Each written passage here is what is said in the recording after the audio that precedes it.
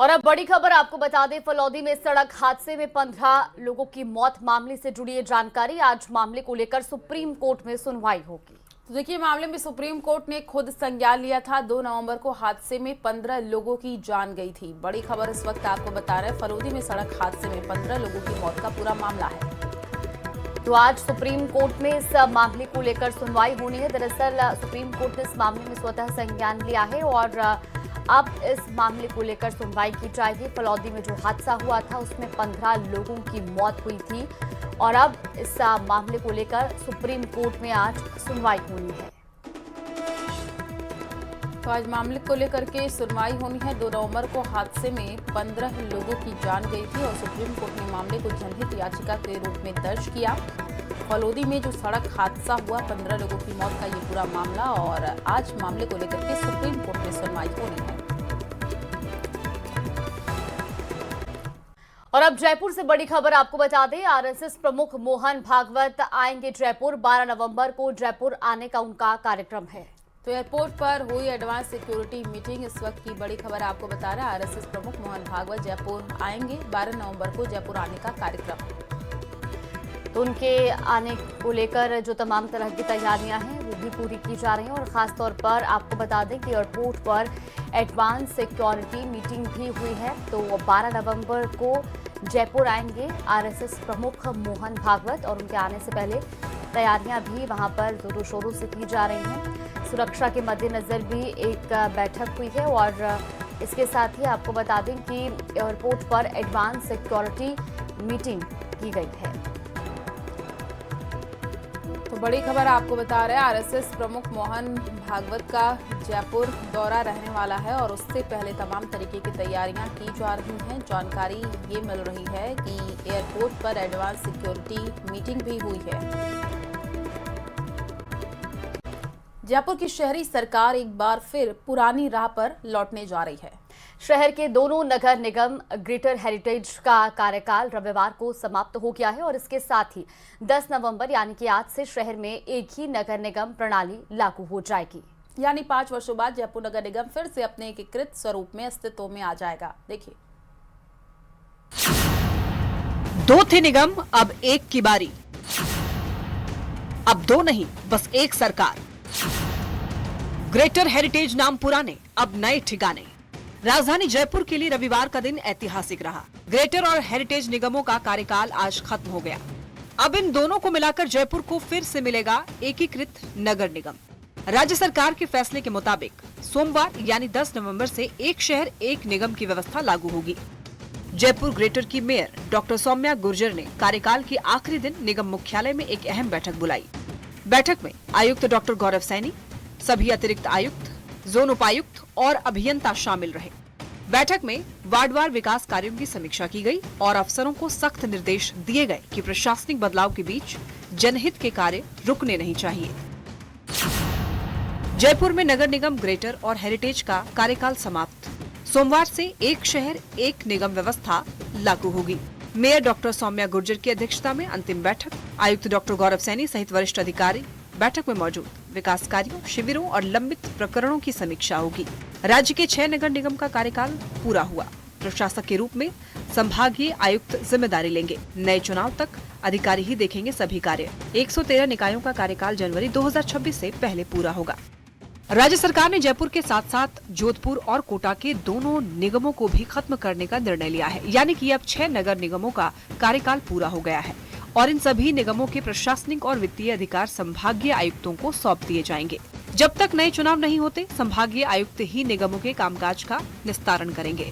राज्य में फिलहाल 196 में से 113 नगर निकायों का कार्यकाल समाप्त हो चुका है। अब इन निकायों की बागडोर भी प्रशासनिक अधिकारियों के पास रहेगी। नई व्यवस्था के तहत जयपुर को अब एकीकृत प्रशासनिक ढांचा मिलेगा। सरकार का दावा है कि इससे शहर के विकास कार्यों में तेजी आएगी, लेकिन विरोधी दल इसे राजनीतिक पुनर्संरचना बता रहे हैं। तो राजधानी में सोमवार से एक नया अध्याय शुरू हो रहा है। अब जयपुर एक शहर एक निगम की राह पर आगे बढ़ेगा। अब देखना होगा कि प्रशासनिक बदलाव के बाद शहर का विकास कितना गति पकड़ पाता है। न्यूज़ 18 के लिए जयपुर से अरबाज अहमद की रिपोर्ट। नमस्कार, आप देख रहे हैं न्यूज़ 18 राजस्थान और मैं हूं आपके साथ जागृति खंतवाल। सुप्रभात राजस्थान, मैं हूं आपके साथ आयुषी गुप्ता। बुलेटिन की शुरुआत बड़ी खबर के साथ। अंता उपचुनाव में थमा प्रचार का show. Door to door campaign में प्रत्याशी जुट चुके हैं। तो 11 नवंबर को वोटिंग होगी और 14 नवंबर को चुनाव के परिणाम आएंगे। ये बड़ी खबर आपको बता रहे हैं, जहां अब अंता उपचुनाव में प्रचार प्रसार का शोर थम गया है। डोर टू डोर कैंपेन में अब प्रत्याशी जुटे हुए हैं और अब कल यानी कि 11 नवंबर को मतदान होगा और फिर 14 नवंबर को चुनाव के नतीजे आएंगे। देखिए, कल भी तस्वीरें सामने आई थी जब तमाम राजनीतिक दल अंता में नजर आए थे और वहां पर सीएम की तरफ से रोड शो किया गया और तस्वीरें हम आपको उस दौरान के दिखा रहे हैं। डोर टू डोर कैंपेन में प्रत्याशी जुट चुके हैं क्योंकि कल ही शाम 6 बजे तक प्रचार प्रसार किया गया है और आखिरी दिन था प्रचार प्रसार का। 14 नवंबर को परिणाम सामने आएंगे। 11 नवंबर को वोटिंग की प्रक्रिया होनी है। तो अब डोर टू डोर कैंपेन में जो प्रत्याशी हैं वो जुटे हुए हैं। तो अब चुनावी जो प्रचार था उसका शोर थम चुका है और अब डोर टू डोर कैंपेन में प्रत्याशी जुटे हुए हैं। बीते दिन भी हमने तस्वीरें आपको दिखाई थी, जहां तमाम दिग्गज नेता अंता में प्रचार प्रसार करते हुए, चुनावी रैलियां करते हुए दिखाई दिए और अब कल 11 तारीख को मतदान होगा।